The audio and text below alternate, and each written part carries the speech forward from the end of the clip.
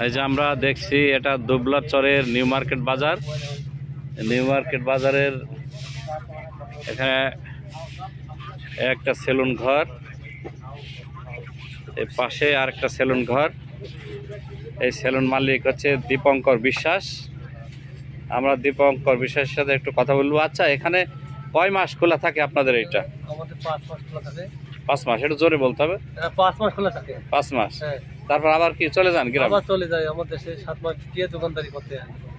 আচ্ছা আচ্ছা, এরপরে আমার দোকানও আছে ওই ওখানে। হ্যাঁ। আচ্ছা, কটা থেকে কটা পর্যন্ত খোলা থাকে এই দোকানগুলো? এই ধরেন হচ্ছে আপনার ওই সারাদিনই খোলা থাকে। তারপর আপনার নিজস্ব ঘর আছে, বাড়ি আছে ঘুমানোর?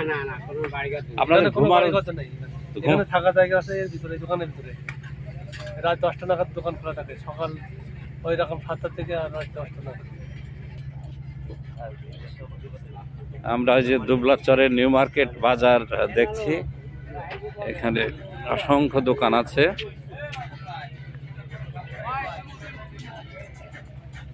আমাদের সাথীরা সামনে চলে গিয়েছে, আমি এখন একলা পড়ে গিয়েছি।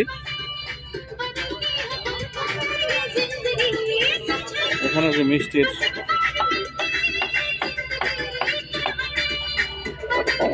এখানে হোটেলও আছে, যে মিষ্টির বিভিন্ন রকম মিষ্টান্ন রয়েছে দেখছি। এখানে রয়েছে ফার্মেসি,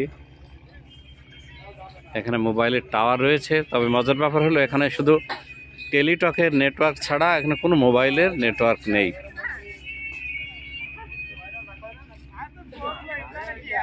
এই যে সামুদ্রিক মাছ এক ভদ্রলোক বিক্রি করছেন।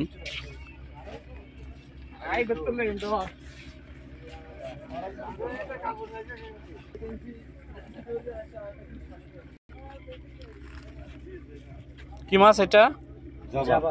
জাবা মাছ। কয় টাকা দাম এই দুটো মাছের? না, এরকম দাম কইলাম, কইছি যে মত জানে একটু মায়া, যদি মত হতো তো 10,000 এর পরে কত দাম। ও আর এখন দাম হবে না, তাজা দিন একটা।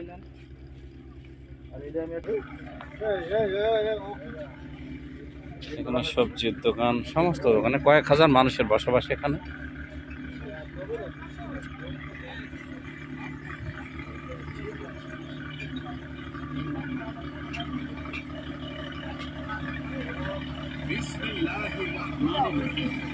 সম্মানিত পথচারী ভাই বোন ও বন্ধুরা, আমি রুহুল আমিন কবিরাজ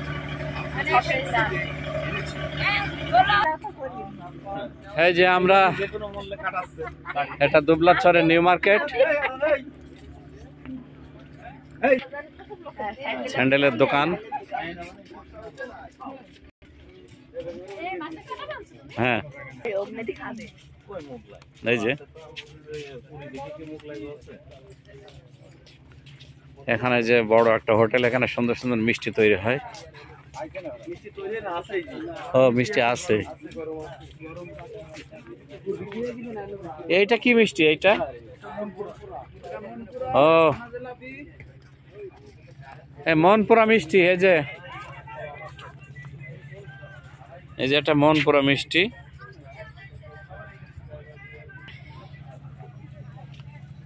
আমরা মোটামুটি শেষ করলাম।